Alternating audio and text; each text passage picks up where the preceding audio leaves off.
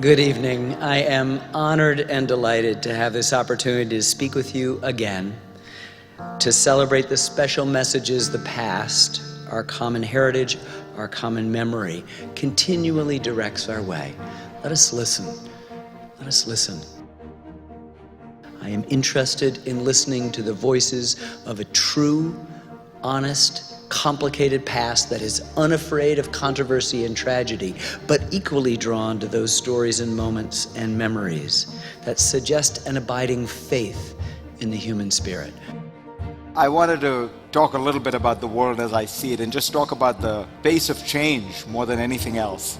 You know, I look at what's been going on around the world and just think of where we were 2 or 3 years ago.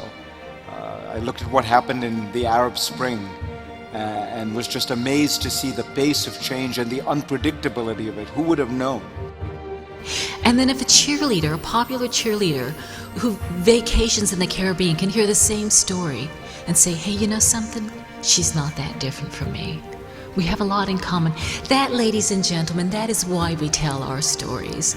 And I think that's why the fine folks from this prestigious speaker series asked me to share my story with you. Now, if it sounds like I'm standing up here bragging, it's 'cause I am. But I am not bragging about myself. I am bragging about the power of storytelling. All I can tell you is people have been betting against the United States since we started. You ought to go back and read what George Washington's critics said about it. He was a second-rate surveyor with a bad set of false teeth. Never won a single battle in the French and Indian War, wouldn't amount to a hill of beans. And there's so many of you. This is amazing for me. You know, it really wasn't that long ago. I did a reading to an audience of 5 people at a Barnes & Noble in Scranton, Pennsylvania. They only put out 6 chairs, so they actually thought it was quite a good turnout. And of the 5 people who turned up, one was the bookstore manager. 2 others were friends of my parents who had retired to Pennsylvania and just wanted to know how my mom and dad were doing. The early forecast that the 20th century would be the American century, and indeed it was. Now we're in a new century. We're in the beginning of the 21st century. So I'm going through that, and I realized the Chinese are serious about this. And then the next week, you know who was in my office?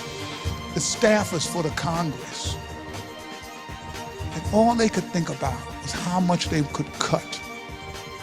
And there is a question, not only in this country, but around the world, about the place of America in this new global culture and economy, and how and where we fit in.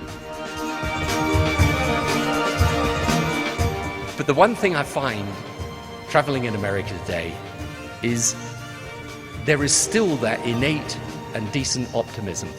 Maybe it comes from how you were created, how you got rid of your colonial masters.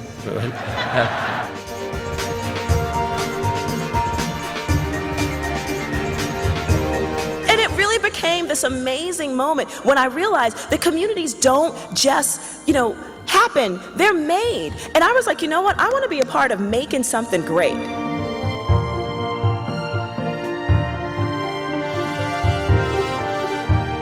And enjoy the rest of the Bryan Series. I wish I could get here for each and every one. It's going to be a great season. Thank you.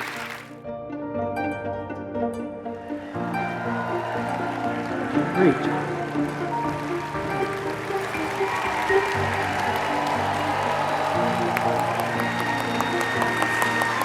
Thank you. All right, before I go, just indulge me, butterfly in the sky. I can go twice as high.